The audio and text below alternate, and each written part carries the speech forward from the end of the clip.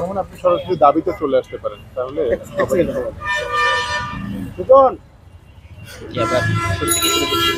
আসসালামু আলাইকুম প্রিয় সাংবাদিকবৃন্দ।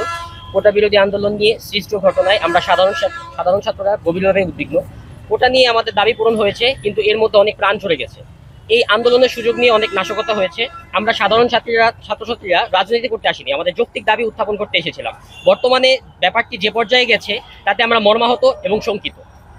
চরম পরিতাপের বিষয়, চলমান কোটা আন্দোলনে নিরীহ শিক্ষার্থীদের উপর দেশব্যাপী শিক্ষা প্রতিষ্ঠান সহ সকল স্থানে নির্যাতন, নিপীড়ন, হামলা ও প্রাণহানির মতো ন্যাক্কারজনক ঘটনা ঘটেছে। আমরা সকল শিক্ষার্থী ও দেশবাসীর পক্ষ থেকে তীব্র নিন্দা জ্ঞাপন করছি। নিহত সকল শহীদের আত্মার মাগফিরাত কামনা করছি এবং আহত শিক্ষার্থীদের সুস্থতা কামনা করছি। চলমান আন্দোলনে শিক্ষার্থীদের সকল দাবি এখনো বাস্তবায়ন হয়নি। আমরা মাননীয় প্রধানমন্ত্রীকে শিক্ষার্থীদের সকল দাবি মেনে নিয়ে দ্রুততম সময়ে বাস্তবায়ন করার আহ্বান জানাচ্ছি এবং শিক্ষার্থীদের আকাঙ্ক্ষার এই দাবিসমূহ বাস্তবায়ন করতে আমাদের সাধারণ শিক্ষার্থী মঞ্চের 9 দফা দাবি উপস্থাপন করছি। 1. কোটা আন্দোলনকে ঘিরে সংঘটিত প্রত্যেকটা ছাত্র প্রাণহানির নিরপেক্ষ তদন্ত ও বিচার করতে হবে। 2. কোটা আন্দোলনে সকল গ্রেফতারকৃত শিক্ষার্থীদের মুক্তি ও সর্বপ্রকার হয়রানি বন্ধ করতে হবে।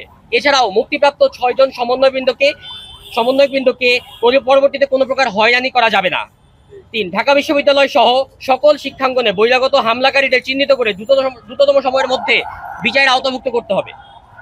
সকল শিক্ষা প্রতিষ্ঠানে হামলাকারীদের মধ্যে বিশ্ববিদ্যালয় অন্তর্ভুক্ত শিক্ষার্থী যারা জড়িত তাদের বিরুদ্ধে প্রাতিষ্ঠানিক ব্যবস্থা গ্রহণ করে দ্রুততম সময়ে বাস্তবায়ন নিশ্চিত করতে হবে।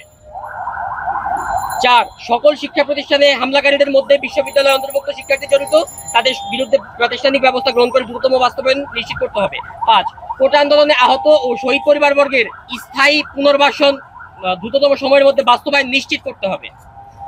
6. শিক্ষাবান্ধব পরিবেশ নিশ্চিত করে দ্রুততম সময়ের মধ্যে ঢাকা বিশ্ববিদ্যালয় সহ সকল বিশ্ববিদ্যালয় প্রতিষ্ঠানসমূহ খুলে দিতে হবে এবং বিশ্ববিদ্যালয়ের আবাসিক হলসমূহ বৈধ সিট নিশ্চিতকল্পে হল প্রশাসনকে যথাযথ ব্যবস্থা নিশ্চিত করতে হবে। ঢাকা বিশ্ববিদ্যালয় সহ সারা বাংলাদেশের সকল শিক্ষা প্রতিষ্ঠানের শিক্ষার পরিবেশ নিশ্চিতকল্পে আইন শৃঙ্খলা বাহিনীর সরব উপস্থিতি প্রত্যাহার করতে হবে। 8. কোটা আন্দোলনে অপ্রীতিকর ঘটনার সাথে সম্পৃক্ত সকল ব্যক্তি প্রতিষ্ঠানের সম্পৃক্ততা তদন্তের মাধ্যমে দ্রুততম সময়ের বিচারে আওতাভুক্ত করতে হবে। 9. শিক্ষা শেষে শিক্ষার্থীদের জন্য যথাযোগ্য কর্মসংস্থান সৃষ্টি করতে হবে। এই 9 দফা দাবি নিয়ে আমরা সাধারণ শিক্ষার্থী মঞ্চ আজকে সাধারণ শিক্ষার্থীদের মৌন অবস্থান কর্মসূচি পালন করছি। ধন্যবাদ। আমি শাকুর হাসান, ঢাকা বিশ্ববিদ্যালয়ের 17-18 সেকশনের ফিনান্স বিভাগের একজন শিক্ষার্থী। 4 নম্বর পয়েন্টটিতে এখানে হামলা হয়েছে, সেই বহিরাগতরা কারা, তাদের বিচার নিশ্চিত, তাদের বিরুদ্ধে বিচার নিশ্চিত করতে হবে। এদের পয়েন্টে তো আপনারা শিক্ষার্থী বলছেন। হ্যাঁ, এখন